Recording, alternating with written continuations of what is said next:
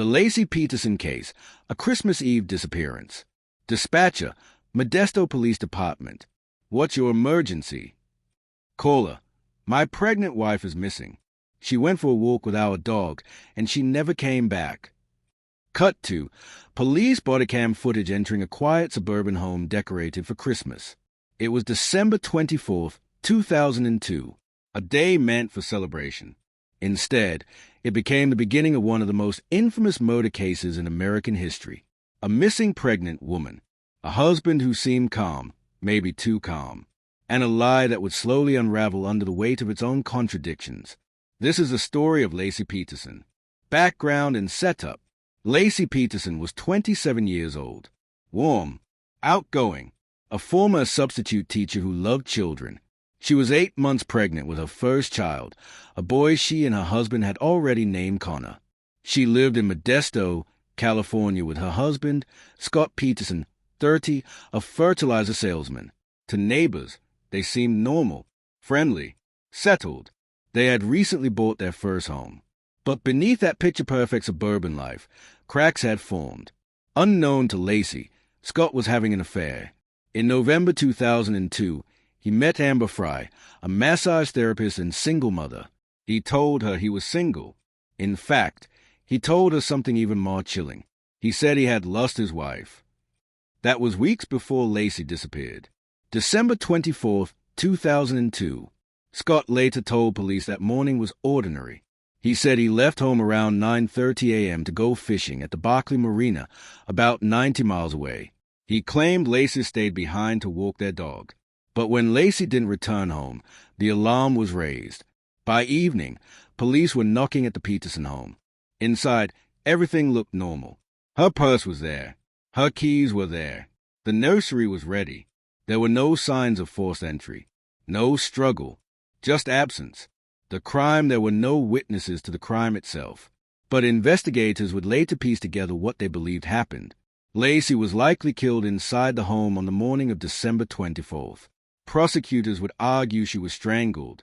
Her body was then transported in Scott's pickup truck. Forensic investigators later found a single strand of Laci's hair and a pair of pliers inside that truck. Scott claimed it transferred innocently, but detectives weren't convinced. Scott drove to the Barkley Marina. Receipts confirmed he launched a small fishing boat that morning. He said he was fishing for sturgeon. But detectives found something strange. He had purchased a boat just weeks earlier. He had told no one about it, and he couldn't clearly explain where exactly he had been fishing. Then came the most damning detail. Months later, Laci's body was found floating in the San Francisco Bay, near where Scott said he had been fishing. Shortly after, the remains of baby Connor were discovered. The quiet Christmas Eve had turned into a national tragedy. Investigation. The case exploded into a media frenzy. But behind the headlines, investigators focused on one person, Scott Peterson. They began examining his behavior. He didn't join search parties. He sold Laci's car. He inquired about selling their home. And he continued seeing Amber Fry. But Amber did something unexpected. When she discovered Scott was married and that his wife was missing, she contacted police. She agreed to record phone calls with him. In one recorded call, Scott was at a New Year's Eve vigil for Laci, but he told Amber he was in Paris, watching fireworks. He lied effortlessly. Investigators now had motive. Scott didn't want a child. Friends later testified he had said he didn't want kids. Financial stress was also present. Life insurance policies existed. Then came forensic evidence. Concrete anchors. Police believed Scott made homemade anchors to weigh down Laci's body. Only one anchor was found in his boat. They theorized others had been used and discarded. Cell phone pings placed him near the marina. His alibi had cracks. By April 2003, 4 months after Laci vanished, her body was discovered. The medical examiner ruled the cause of death homicide. Scott Peterson was arrested shortly after near a golf course in San Diego. He had $15,000 in cash, multiple cell phones, camping gear, his brother's ID. Prosecutors argued he was preparing to flee. The trial began in 2004. It became one of the most closely watched trials since O.J. Simpson. Prosecutors argued premeditated murder. They painted Scott as a man who wanted freedom from marriage and fatherhood. Defense attorneys argued the evidence was circumstantial. No murder weapon. No direct witnesses. They suggested Laci could have been abducted, but the jury focused on behavior. The lies, the affair, the fishing trip. Amber Fry testified calmly and clearly. Her recorded calls were played in court. In one, Scott says, "This is going to be my first Christmas without my wife." He said that weeks before Laci disappeared. After months of testimony, the jury deliberated. On November 12, 2004, guilty of first-degree murder for Laci, guilty of second-degree murder for Connor. Scott Peterson was sentenced to death in 2005.